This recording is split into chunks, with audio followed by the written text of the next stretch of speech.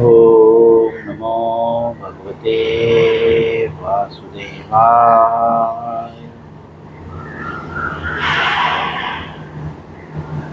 ओम नमो भगवते वासुदेवाय।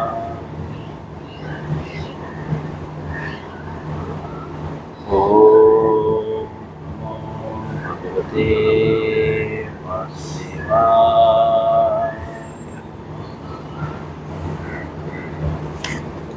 श्रीमद् भगवद गीता अध्याय 6वां ध्यान योग श्लोक पहला। कृपया करके सभी लोग म्यूट कर दें। राहुल म्यूट कर दीजिए आप।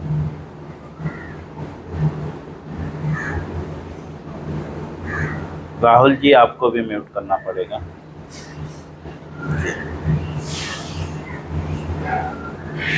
6वां अध्याय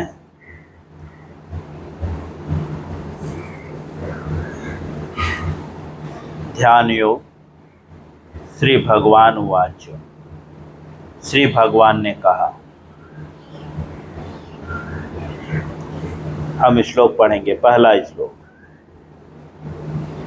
अनाश्रितो कर्म फलम कार्यं कर्म करोति यः स सन्न्यासी च योगी च न निरग्निनः चाकृतः। राखी म्यूट करके रखिए प्लीज। कृपया करके सभी लोग म्यूट करके रखिए।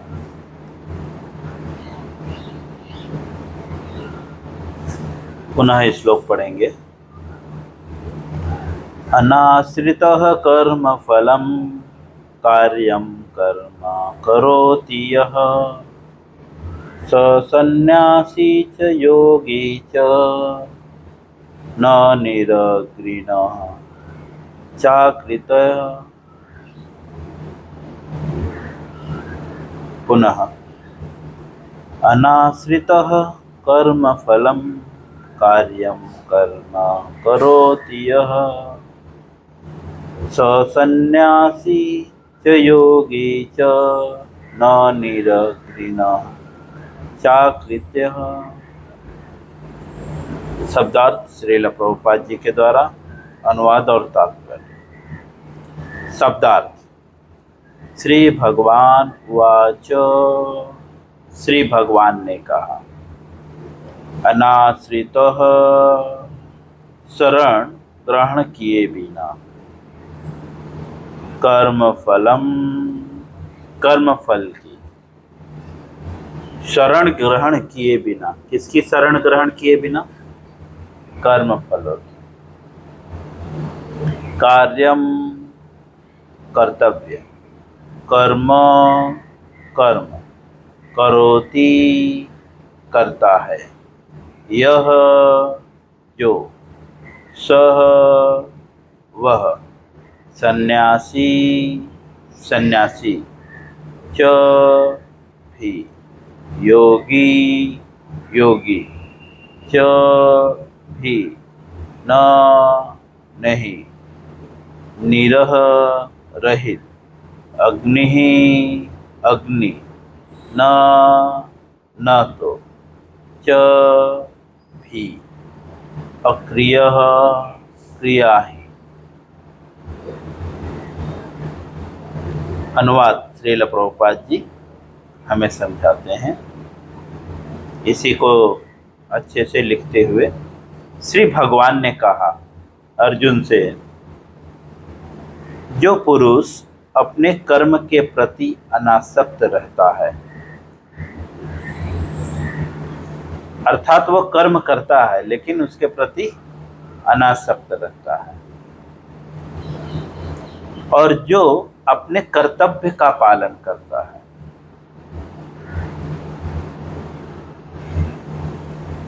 जो व्यक्ति कर्म के फलों के प्रति अनासक्त रहता है, जब भी हम कोई कर्म करते हैं तो उसका एक फल निर्माण होता है ना। तो उस फल को, वह उस फल पे जो है आश्रित नहीं रहता। क्यों? क्योंकि वह 5वें अध्याय के हम लास्ट 29वें श्लोक में पढ़ चुके हैं कल, है ना? क्या पढ़ चुके हैं? भोक्ताराम यज्ञ तपसाम सर्वलोक महेश्वरम। वह यह भली भांति जानता है सारे फलों के भोक्ता कौन है? भगवान है। इसीलिए जो है वो कर्म के फलों में आसक्त नहीं होता, समझे? आश्रित नहीं होता, उस पे आश्रित नहीं रहता। वो किस पे आश्रित होता है? भगवान पे आश्रित होता है। तो यहाँ पे लिख रहे हैं जो पुरुष कर्म के फलों के प्रति अनासक्त होता है। एक आसक्त और एक अनासक्त।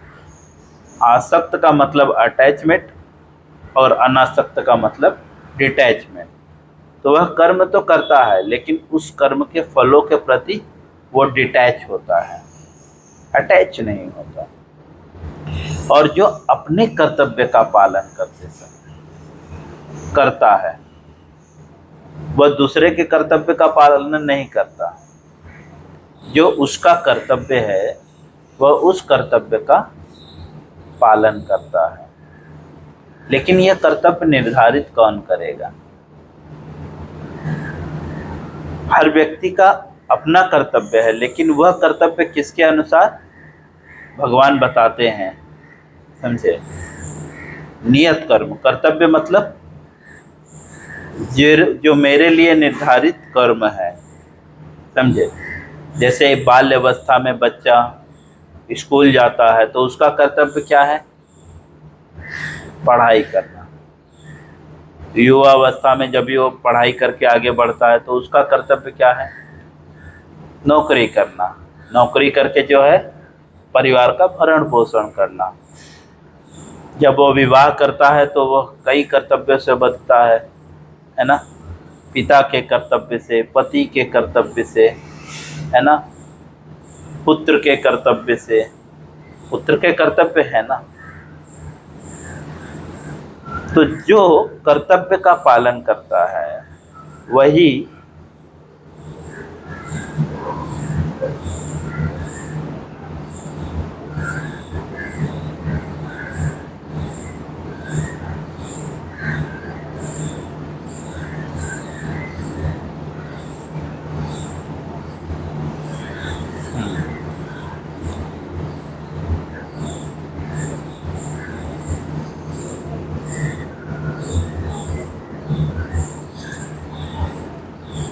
सॉरी, थोड़ा सा नेट का प्रॉब्लम हो गया।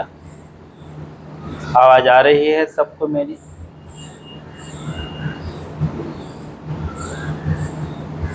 थोड़ा सा नेट इशू हुआ, पता नहीं। तो जो म्यूट करिए प्लीज़, म्यूट करिए। तो अपने कर्तव्य का पालन करता है वही सन्यासी और असली योगी है। असली योगी मतलब बहुत सारे योगी हैं, उसमें जो है सच में असली मतलब परफेक्ट, जो एक्चुअल में योगी है, वो योगी कौन है? जो अपने कर्तव्य का पालन करता है। योगी के भी अपने कर्तव्य हैं, मतलब वो सेंस ग्रेटिफिकेशंस के लिए वर्क नहीं करता कि मुझे भगवत धाम जाना है। वो लोक कल्याण, हर व्यक्ति का अपना कर्तव्य है। जैसे एक पिता का कर्तव्य क्या है? पुत्र की सेवा, पुत्र की देखरेख करना, है ना? पत्नी की देखरेख करना। लेकिन वो उस कर्तव्य के फलों के प्रति अटैच नहीं रहता। इसके पहले वाले लाइन में बोल चुके हैं, अनासक्त रहता है। वह व्यक्ति वास्तव में सन्यासी है और असली योगी है। वह नहीं जो न तो अग्नि जलाता है और न तो कर्म करता है। वह सन्यासी नहीं है जो अग्नि नहीं जलाता और जो न कर्म करता है। यहाँ पे भगवान उन मायावादियों का खंडन कर रहे हैं जो मायावादी लोग सन्यास का मतलब क्या समझते हैं, सारे कर्मों से छोड़ के जस्ट सिर्फ राम राम राम राम राम राम दिन भर भजना। तो यहाँ पे खंडन कर रहे हैं उसका। सिर्फ राम राम नहीं भजना है दिन भर, कर्तव्य का पालन भी करना है। लेकिन वह कर्तव्य निर्धारित हमें चौथे अध्याय में और तीसरे अध्याय में भगवान बता चुके हैं।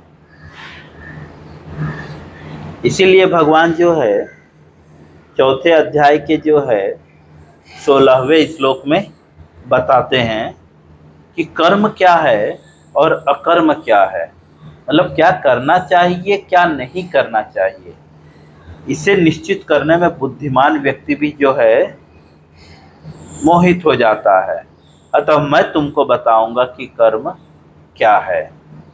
मतलब भगवान जो बताएंगे वह कर्म ही जो है वास्तव में व्यक्ति का हितकारी है। और भगवान कहाँ पे अपने कर्मों के बताते हैं? वेदों में। भगवान कहाँ पे बताते हैं? वेदों में ना। कर्मों का जो विधान है वो वेदों में बताया गया है। तीसरे अध्याय में, तीसरे अध्याय के कौन से श्लोक में, श्लोक तो याद नहीं है, लेकिन तीसरे अध्याय में जो है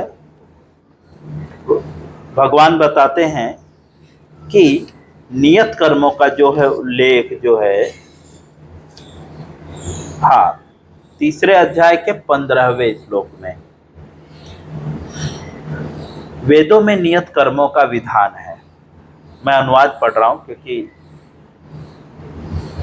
समय बहुत कम रहता है हमारे पास। तो वेदों में नियत कर्मों का विधान है। और वेद क्या है? वेद जो है साक्षात भगवान से प्रकट हुए हैं। भगवान अर्थात पर ब्रह्म उनसे प्रकट हुए हैं। फलतः सर्वव्यापी ब्रह्म यज्ञ कर्मों में सदा स्थित है। यहाँ पे बता रहे हैं तीसरे अध्याय के 15वें श्लोक में कि वेदों में नियत कर्मों का विधान है। नियत कर्म मतलब हर व्यक्ति का क्या कर्तव्य है, इस कर्तव्य का विधान कहाँ पे है? वेदों में। जैसे हम भारत में रह रहे हैं तो भारत का एक संविधान बनाया गया है ना, उसमें बताया गया है ना कि एक पिता का क्या कर्तव्य है। उसमें भी लिखा हुआ है अगर हम रोड पे चल रहे हैं तो कौन से साइड में चलना चाहिए, कहाँ पे चलना चाहिए, कैसे चलना चाहिए। ये सारी प्राइवेसी जो है भारत के संविधान में बताई गई है। ऐसे ही इसके भी ऊपर इस संसार का एक संविधान है, जिस संविधान को क्या बोलते हैं? वेद। और उस संविधान को किसने बनाया है? भगवान ने। भगवान ने वो संविधान लिखा है। तो अच्छा बताइए, संविधान किसके लिए बनाया गया है? कष्ट देने के लिए कि कष्ट से निकालने के लिए?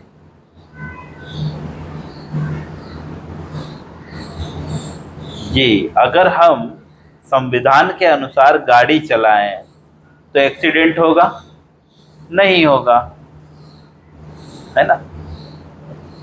अगर जहाँ पे लिखा हुआ है कि 40 की स्पीड में गाड़ी चलाना है, वहाँ पे आप 60 की स्पीड में गाड़ी चलाएंगे तो एक्सीडेंट होता है ना। जहाँ पे नो एंट्री है वहाँ पे अगर हम घुसा दिए तो क्या होता है? एक्सीडेंट होता है ना। अपने ट्रैक से चलते हुए हम बिना सिग्नल दिए दूसरे ट्रैक पे जाएं तो क्या होता है? एक्सीडेंट होता है।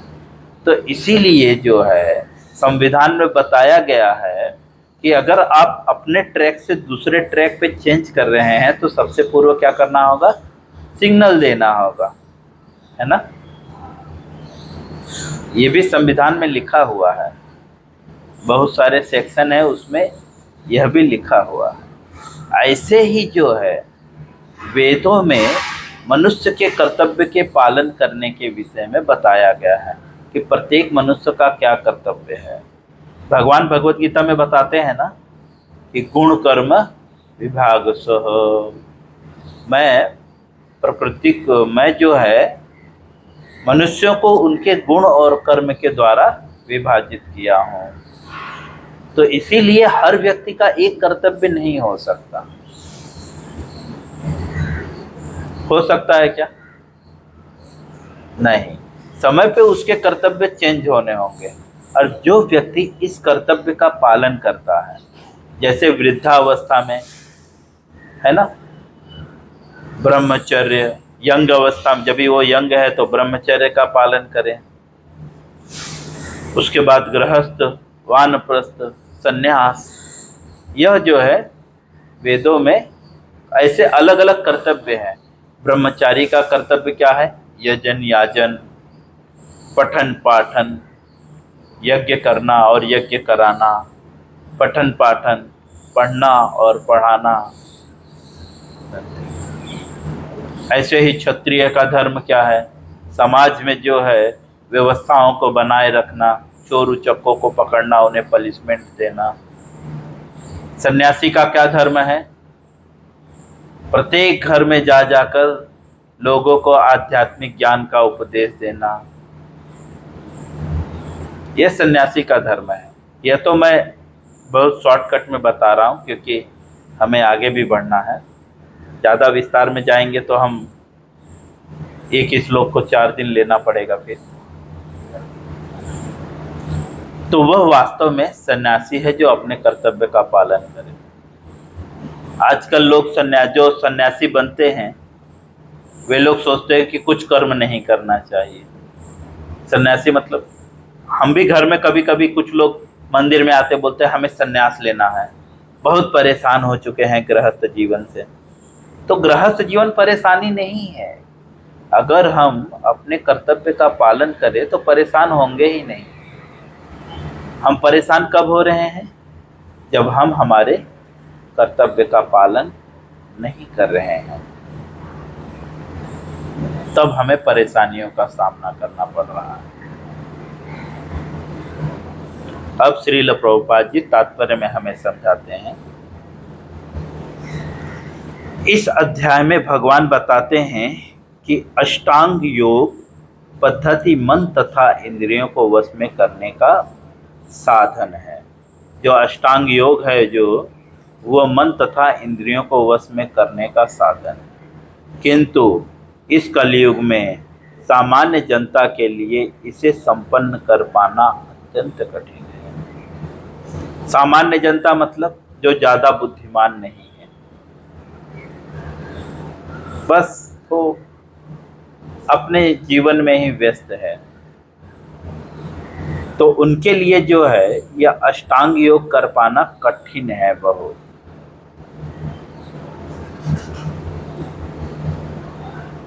यद्यपि इस अध्याय में अष्टांग योग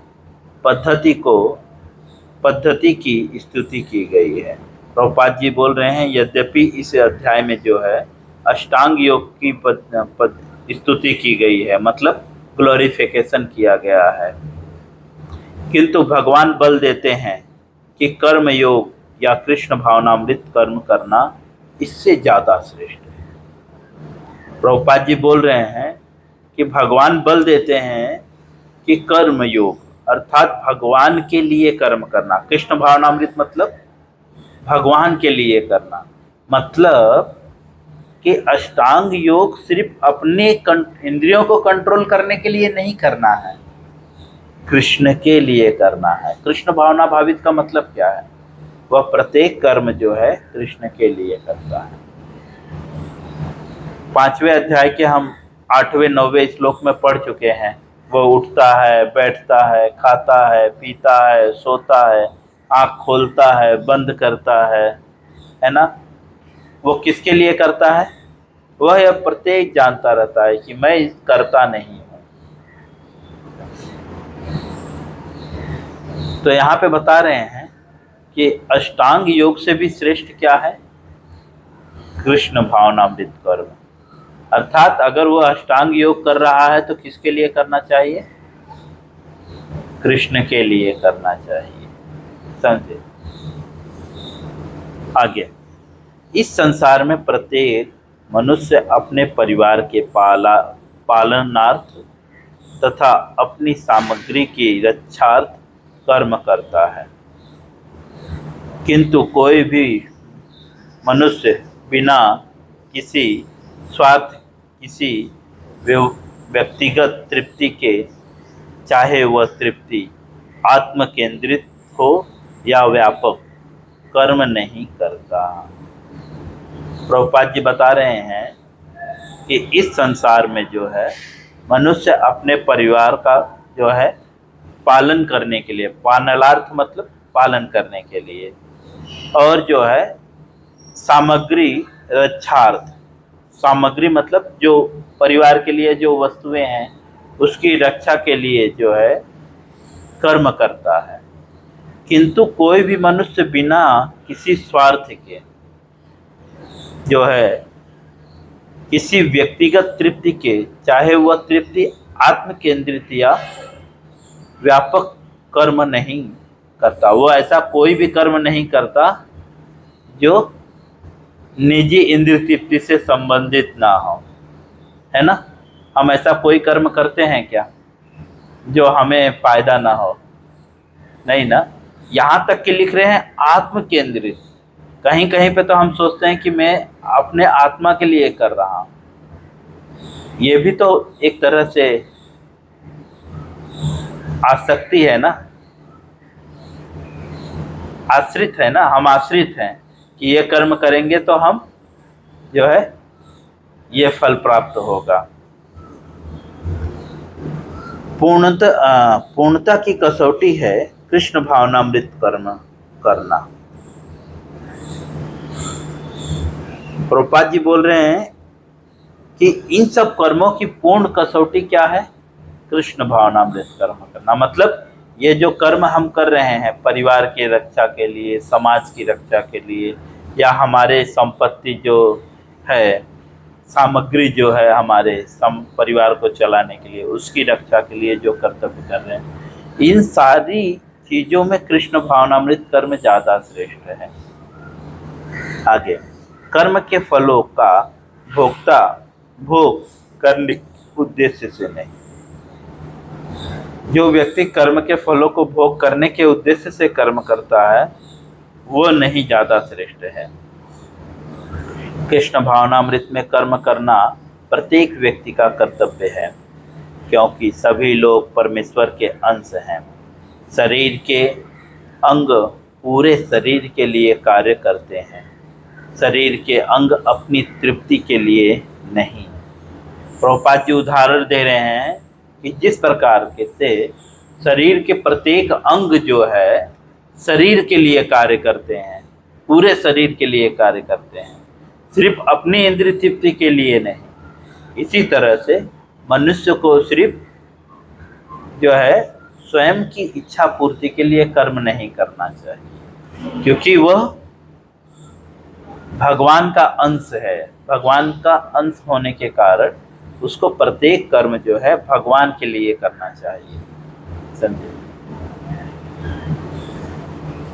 आगे, कृष्ण भावनामृत में कर्म करना प्रत्येक व्यक्ति का कर्तव्य है, क्योंकि सभी लोग परमेश्वर के अंश हैं। तो शरीर के अंग पूरे शरीर के लिए कार्य करते हैं, शरीर के अंग अपनी तृप्ति के लिए नहीं, अपितु पूरे शरीर की तृप्ति के लिए कार्य करते हैं।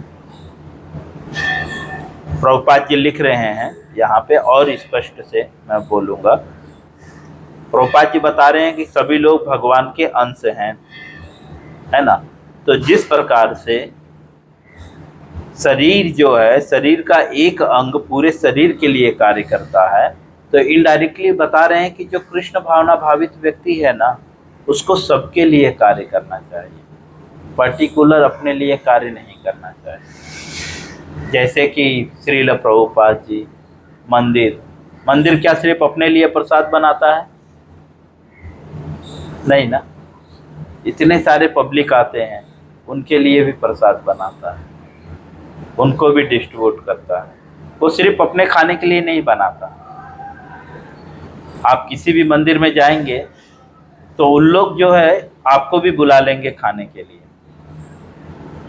यह एक्चुअली कृष्ण भावनामृत, मतलब जो लोग हैं सबके लिए वो कर्म करता है, सिर्फ अपने स्वार्थ के लिए कर्म नहीं करता। शरीर के अंग अपनी तृप्ति के लिए नहीं, अपितु पूरे शरीर की तृप्ति के लिए कार्य करते हैं।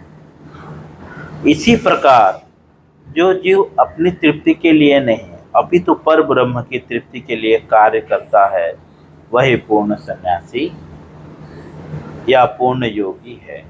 इसी प्रकार से जो है, जो व्यक्ति अपनी तृप्ति के लिए नहीं, किसकी तृप्ति के लिए? पर ब्रह्म। पर ब्रह्म का मतलब कल रात को हम कृष्णा बुक में पढ़ रहे थे, भगवान, है ना, जो भगवान के लिए कर्म करता है, भगवान की तृप्ति के लिए कर्म करता है, वही पूर्ण सन्यासी है और वही पूर्ण योगी है।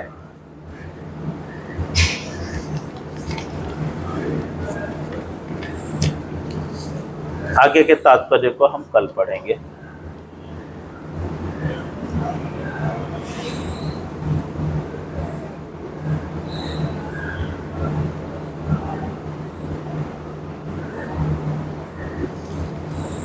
हम यहाँ पे स्टॉप करते हैं।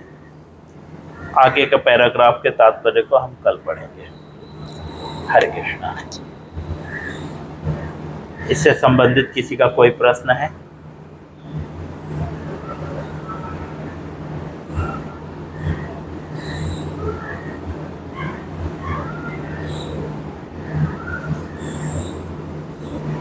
जी,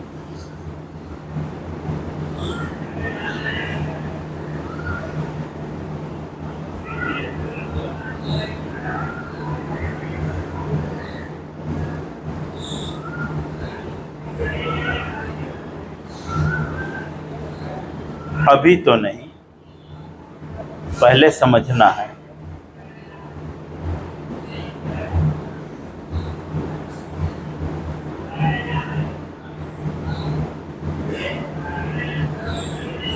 पहले हमें थोड़ा ऊपर उठना है, सतोगुण तक उठना है।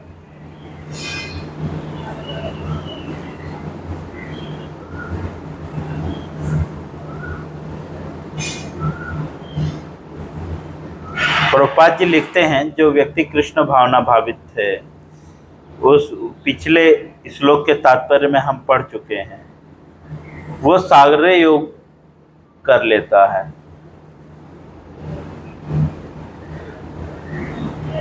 लेकिन पहले कृष्ण भावना भावित होना पड़ेगा। जैसे जैसे हम बढ़ते जाएंगे वैसे वैसे वो सारी चीजें स्वाभाविक होती जाएगी। अभी तो फिलहाल हम जो कर्म कर रहे हैं उस कर्म को भगवान की सेवा में लगाने का प्रयास करना है। पहले तो उसे परफेक्टली करें ना, उसके बाद नेक्स्ट स्टेप हम आगे बढ़ेंगे।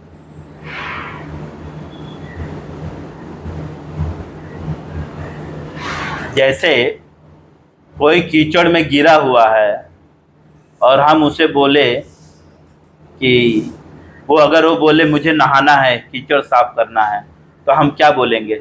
सबसे पहले भाई कीचड़ से निकलो तब नहाओ, है ना। तो अभी हम कीचड़ में हैं, तो सबसे पहले हमें कीचड़ से निकलना होगा, तब नहाना होगा।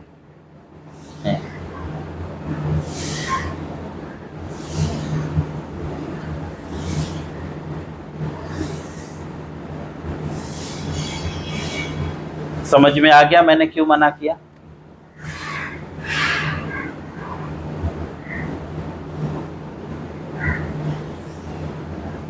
अगर मैं उसी जगह पे नहाने के लिए बोलूंगा तो पानी वेस्ट होगा,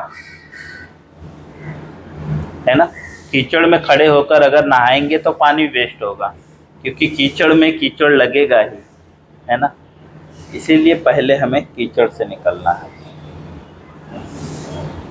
तो पहले हमें पूरे कर्म को जो है, जो भी हमारे जीवन में कर्म है, उसको धीरे धीरे भगवान के लिए करने का अभ्यास करना है। अब चाहे 1 जन्म लगे या 100 जन्म लगे, उसके बाद आगे बढ़ें। अगर इस जन्म में हो पाया तो ठीक, नहीं तो अगले जन्म में भगवान हमें मौका देंगे।